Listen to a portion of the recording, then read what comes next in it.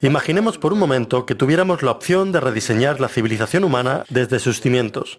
¿Qué tal si, hipotéticamente hablando, descubriéramos una réplica exacta del planeta Tierra y la única diferencia entre este nuevo planeta y nuestro planeta actual fuese que la evolución humana nunca ocurrió? Sería un cuadro en blanco. Ni países, ni ciudades, ni contaminación, ni republicanos. Tan solo un entorno impoluto y abierto. ¿Qué haríamos entonces? Bien, primero necesitamos una meta, ¿cierto? Y podemos estar seguros al decir que esta meta sería sobrevivir. Y no solamente sobrevivir, sino hacerlo de una manera óptima, saludable y próspera. La mayoría de la gente, de hecho, desea vivir y preferiría hacerlo sin tener que sufrir. Por lo tanto, la base de esta civilización debe ser de apoyo y por consiguiente sostenible para la vida humana cuanto sea posible, tomando en cuenta las necesidades materiales de todas las personas del mundo y a la vez intentando eliminar cualquier cosa que pudiera dañarnos a largo plazo. Con esa meta de sostenibilidad máxima entendida, la siguiente pregunta concierne a nuestro método. ¿Qué tipo de enfoque tomamos? Bueno, veamos. La última vez que me fijé, la política era el método de operación social en la Tierra. Entonces, ¿qué nos dicen las doctrinas de los republicanos, liberales, conservadores o socialistas sobre el diseño de la sociedad? Absolutamente nada. Bien, entonces, ¿qué hay de la religión? Seguramente el gran creador tuvo que haber dejado unos planos en algún lugar. No, nada que pueda encontrar. Bueno, veamos, ¿qué nos queda? Parece que algo llamado ciencia. La ciencia es única porque sus métodos exigen que las ideas propuestas no solo sean probadas y repetidas, sino que todo lo que la ciencia propone es también inherentemente falsable. En otras palabras, a diferencia de la religión y la política, la ciencia no tiene ego, y todo lo que sugiere acepta la posibilidad de resultar erróneo finalmente. No se ata a nada y evoluciona constantemente. Bueno, eso suena bastante natural para mí. Entonces, basándonos en el estado actual del conocimiento científico a principios del siglo XXI, junto con nuestra meta de máxima sostenibilidad para la población humana, ¿cómo empezamos el proceso mismo de construcción? Bueno, la primera pregunta que hacer es, ¿qué necesitamos para sobrevivir? La respuesta es, por supuesto, recursos planetarios. Ya sea el agua que bebemos, la energía que usamos o las materias primas que utilizamos para crear herramientas y refugio, el planeta alberga un inventario de recursos, muchos de los cuales se requieren para nuestra supervivencia. Así que, dada esa realidad, se vuelve crítico averiguar qué tenemos y dónde está. Esto significa que debemos llevar a cabo una investigación. Simplemente localizamos e identificamos cada recurso físico del planeta que podamos, junto con la cantidad disponible en cada ubicación. Desde los depósitos de cobre, a las ubicaciones más potentes para granjas eólicas para producir energía, a los manantiales naturales de agua potable, a la evaluación de la cantidad de peces en el océano, a las mejores tierras arables para cultivar comida, etc. Pero, como los humanos vamos a consumir estos recursos a lo largo del tiempo, entonces nos damos cuenta de que no solo necesitamos localizar e identificar, también necesitamos monitorizar. Necesitamos asegurarnos que no se nos acabe nada de esto. Eso sería malo. Y eso significa no solo monitorizar nuestras tasas de utilización, sino también las tasas de regeneración terrestre. Por ejemplo, cuánto tarda, digamos, un árbol en crecer o un manantial en volverse a llenar. Esto se llama equilibrio dinámico. Es decir, si acabamos con los árboles más rápidamente de lo que tardan en crecer, tenemos un grave problema debido a que no es sostenible. Entonces, ¿cómo se mantiene un inventario particularmente cuando nos damos cuenta de que todo está esparcido por todas partes? Tenemos grandes minas de minerales en lo que llamamos África, concentraciones energéticas en el Medio Oriente, inmenso potencial de energía maremotriz en la costa atlántica de Norteamérica, el suministro de agua fresca más vasto en Brasil, etc. Bueno, una vez más, la vieja y querida ciencia tiene una sugerencia. Se llama teoría de sistemas. La teoría de sistemas reconoce que el tejido del mundo natural, desde la biología humana a la biosfera terrestre, hasta la atracción gravitacional del propio sistema solar, es un solo sistema enorme unido sinérgicamente, completamente interconectado. Al igual que las células humanas se conectan para formar nuestros órganos, y los órganos se conectan para formar nuestros cuerpos, y ya que nuestros cuerpos no pueden vivir sin los recursos terrestres de alimento, aire y agua, estamos intrínsecamente conectados a la Tierra, y así sucesivamente. Como la naturaleza sugiere, reunimos todo este inventario e información de monitorización y creamos un sistema para administrarlos. un sistema global de administración de recursos. De hecho, para contabilizar todos los recursos relevantes en el planeta. Simplemente no hay alternativa lógica si nuestro objetivo como especie a la larga es la supervivencia. Tenemos que administrarlo en conjunto. Habiendo comprendido esto, ahora podemos considerar la producción. ¿Cómo usamos todo esto? ¿Cuál será el proceso de producción? ¿Y qué necesitamos considerar para asegurarnos que sea lo más optimizado posible para maximizar nuestra sostenibilidad? Bueno, lo primero que sale a relucir es el hecho de que necesitamos constantemente intentar conservar. Los recursos del planeta son esencialmente finitos, entonces es importante que seamos estratégicos. La clave es conservación estratégica.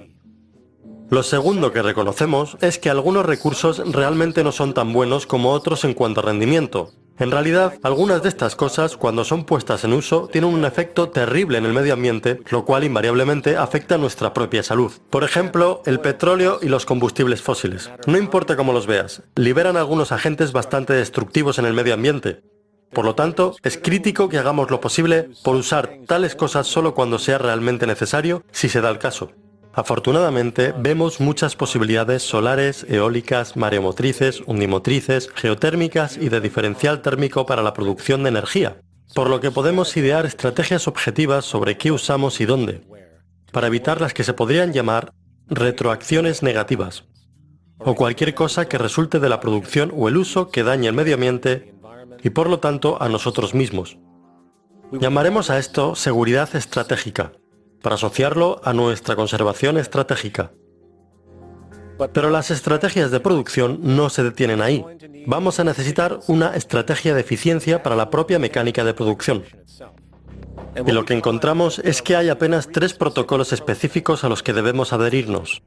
1. Cada bien que producimos debe ser diseñado para durar tanto como sea posible. Naturalmente, cuantas más cosas se estropeen, más recursos necesitaremos para reemplazarlas y más desperdicio será producido. 2. Cuando las cosas se estropeen o dejen de ser útiles por cualquier motivo, es crítico que cosechemos y reciclemos tanto como podamos.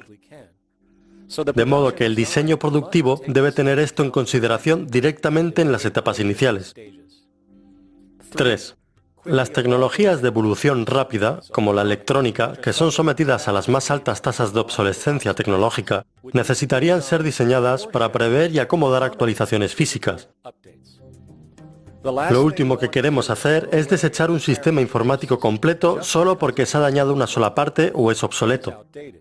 Así que simplemente diseñamos los componentes para ser fácilmente actualizados pieza a pieza, estandarizados y universalmente intercambiables, presagiado por la actual tendencia de cambio tecnológico. Y cuando nos damos cuenta de que los mecanismos de la preservación estratégica, la seguridad estratégica y la eficiencia estratégica son puramente consideraciones técnicas desprovistas de cualquier opinión humana o parcialidad, simplemente programamos estas estrategias en un ordenador, el cual puede sopesar y calcular todas las variables relevantes, permitiéndonos llegar siempre al método más favorable para la producción sostenible basado en los conocimientos actuales.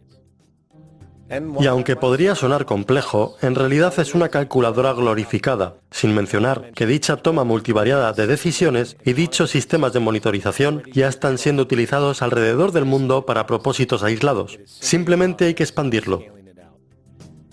Ahora bien, no solo tenemos nuestro sistema de administración de recursos, sino que también un sistema de administración de producción, los cuales son fácilmente automatizados por el ordenador para maximizar la eficiencia, la preservación y la seguridad. La realidad informativa es que la mente humana o incluso de un grupo de humanos no puede seguir lo que necesita seguimiento. Debe ser realizado por ordenadores y eso es posible. Y esto nos lleva al siguiente nivel, la distribución. ¿Qué estrategias de sostenibilidad tienen sentido? Bueno, ya que sabemos que la distancia más corta entre 2 puntos es una línea recta y que se requiere energía para propulsar máquinas de transporte, cuanto más corta la distancia de transporte, mayor será la eficiencia. Producir bienes en un continente y enviarlos a otro solo tiene sentido si los bienes en cuestión simplemente no pueden ser producidos en el área deseada. De otra forma, no es más que derrochador. Debemos producir localmente para que la distribución sea simple, rápida y que requiera la menor cantidad de energía posible. Llamaremos a esto la estrategia de proximidad. lo que significa simplemente reducimos al máximo el transporte de bienes, sean materias primas o productos de consumo acabados. Por supuesto, puede que también sea importante saber qué bienes transportamos y por qué. Esto cae en la categoría de la demanda, y la demanda es simplemente lo que las personas necesitan para estar saludables y para tener una alta calidad de vida. El espectro de las necesidades materiales humanas va desde las necesidades vitales, como comida, agua potable y refugio, hasta bienes sociales y recreativos, que permiten relajación y disfrute personal y social, ambos importantes factores en el conjunto de la salud humana y social. Así que simplemente realizamos otra encuesta. Las personas describen sus necesidades, la demanda se evalúa y la producción se inicia basada en dicha demanda. Y puesto que los niveles de demanda de diferentes bienes fluctuarán naturalmente y cambiarán en diferentes regiones, debemos crear un sistema de monitorización de demanda-distribución para evitar la sobreproducción o la escasez. Por supuesto, esta idea no es nueva. Se utiliza en las principales cadenas de tiendas actualmente para asegurar que su inventario se mantiene al día. Solo que esta vez vamos a monitorizar globalmente. Pero espera un poco. No podemos entender completamente la demanda si no tenemos en cuenta el uso real del bien en sí mismo. ¿Es lógico y sostenible que cada ser humano tenga, digamos, una de cada cosa que se produce, sin importar su uso? No, eso sería, sencillamente, derrochador e ineficiente. Si una persona tiene necesidad de un bien, pero esa necesidad dura solo, por ejemplo, 45 minutos al día de media, sería mucho más eficiente que ese bien estuviese disponible para ellos y para otros cuando lo necesitasen. Muchos olvidan que no es el bien lo que quieren, sino el propósito que sirve ese bien. Cuando entendemos que el bien en sí mismo solo es tan importante como su utilidad, vemos que la restricción externa, o lo que podríamos llamar hoy propiedad, es extremadamente derrochador y medioambientalmente ilógico en un sentido fundamental y económico. Así que necesitamos concebir una estrategia llamada acceso estratégico.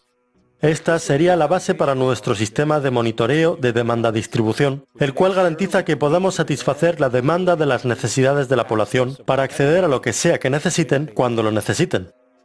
Y en lo que respecta a adquirir los bienes físicamente, los centros de acceso centralizados y regionales tienen mucho sentido, ya que la mayor parte estarían ubicados muy cerca de la población, y una persona simplemente llegaría, tomaría el artículo, lo usaría y cuando haya terminado y no lo necesite, lo devolvería, similar a cómo funciona una biblioteca hoy en día. De hecho, estos centros no solo existirían en la comunidad de la forma en como son las tiendas de hoy, sino que existirían centros especializados de acceso en áreas específicas donde ciertos bienes son utilizados frecuentemente, ahorrando más energía con menos transporte repetido.